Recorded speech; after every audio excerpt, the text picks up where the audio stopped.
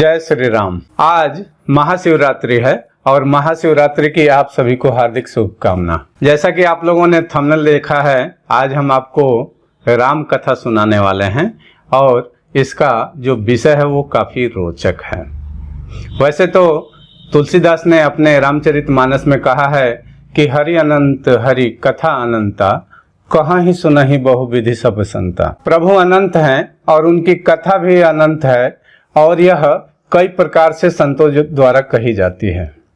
यहाँ तक कि तुलसीदास ने भी अपने रामचरितमानस में प्रभु की सारी कथाओं का संग्रह नहीं कर पाए हैं।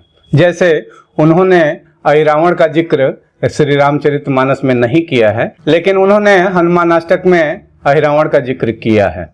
वैसे तो रामायण की रचना जितने भी हमारे भारतवर्ष के क्षेत्रीय भाषाएं हैं उसमें किया गया है। जैसे संस्कृत में वाल्मीकि रामायण की रचना हुई है, बंगाली में कृतिवास रामायण की रचना हुई है। श्री रामचरितमानस को तुलसीदास ने अवधी में लिखा है, जिसमें से जो दो हमारे यह रामायण है वो काफी पॉपुलर हैं, बहुत प्रचलित हैं। जिसमें हमारा जो कृतिवास रामायण बंगाली भाषा में लिखा गया है वह प्रचलित है और अवधी में लिखा गया श्री रामचरितमानस प्रचलित है। इन दो रामायणों की अपनी एक अलग विशेषता है। इसकी विशेषता यह है कि जिन्होंने इस रामायण की रचना की, इनके जीवन काल में ही यह कृति घर घर गाई जाने लगी। वैसे तो तुलसीदास द्वारा रचित श्री रामचरितमानस बहुत ही भावपूर्ण अंदाज में गाई जा सकती है, लेकिन इससे अधिक भावपूर्ण में कृतिवास रामायण गाई जा सकती है जो बांग्ला में लिखा गया है। तो चलिए आज महाशिवरात्रि के पर्व के पावन अवसर पर हम आपको एक राम कथा सुनाते हैं। रामायण के दो ऐसे पात्र हैं जो हमें नकारात्मक दिखते हैं, जिसमें पहला जो माता कैकेयी, जो चक्रवर्ती महाराज दशरथ की दूसरी पत्नी थी, जो प्रभु श्री राम को अपने भरत से बहुत अधिक स्नेह करती थी। लेकिन अचानक क्या हो गया कि उन्होंने प्रभु राम के राज्याभिषेक जब चल रहा था तो उस समय उन्होंने अपने महाराज से प्रभु राम का वनवास मांगा।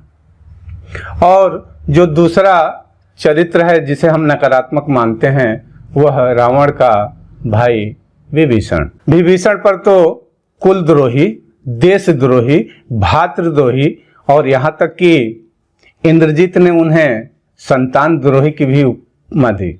और किसी ने भी अपना नाम या अपने पुत्र का नाम इस पूरे जीवन काल में विभीषण नहीं रखा। और एक बात जो हमें खटकती है वह बाली वध की खटकती है, क्योंकि बाली का वध प्रभु श्री राम ने छुप करके किया था, जो कि युद्ध नियमों के विरुद्ध था।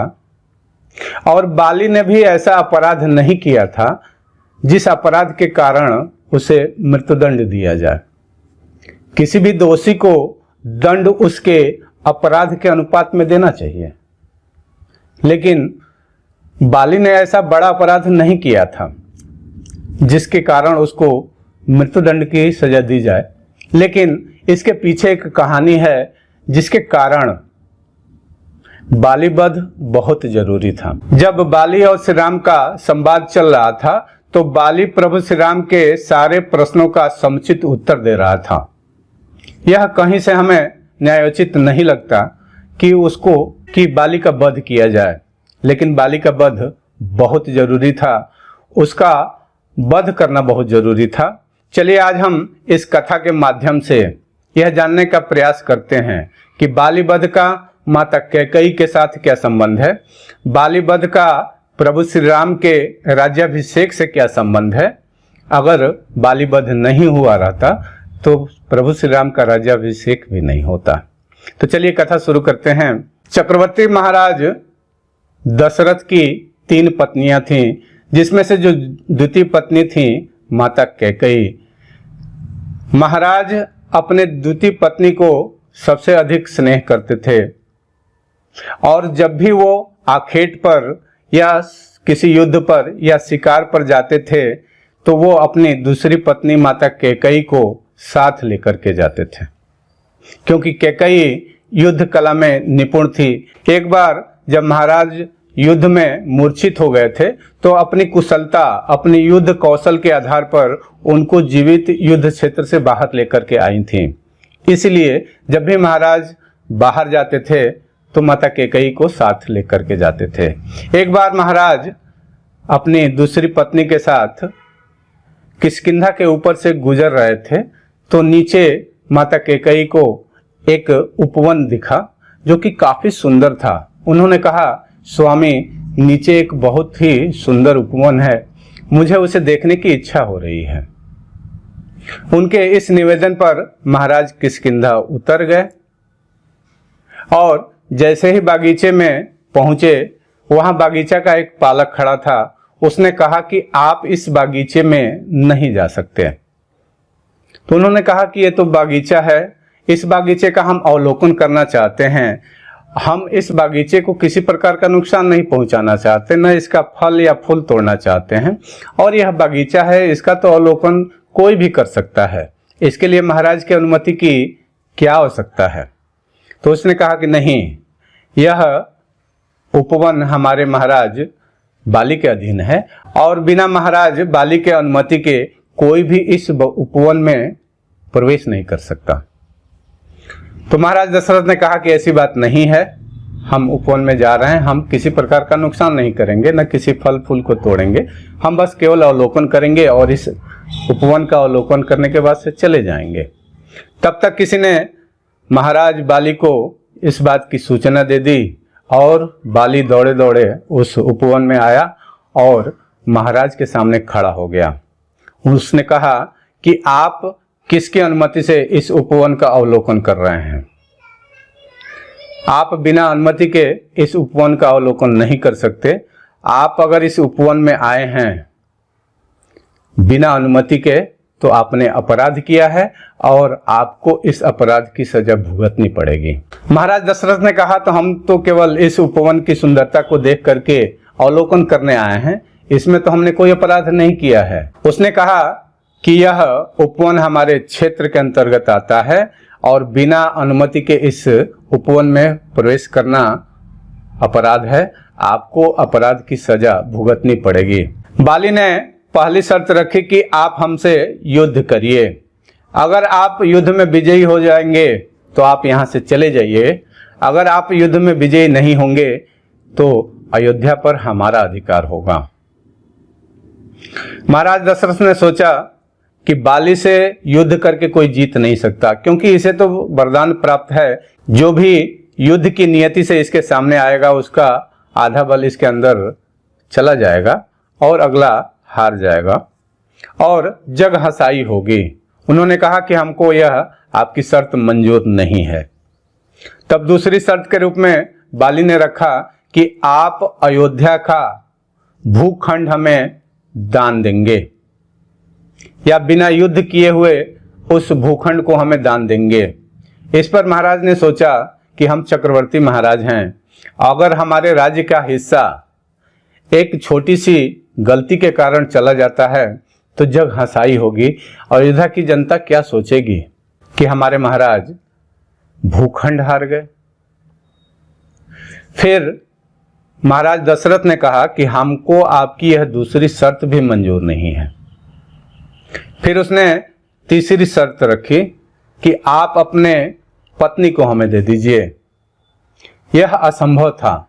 कैसे महाराज अपनी पत्नी को बाली के हाथों दे देते? बाली तो अपने छोटे भाई सुग्रीव की पत्नी रूमा को अपने अधीन रखा था और पत्नी की भांति उसके साथ व्यवहार करता था।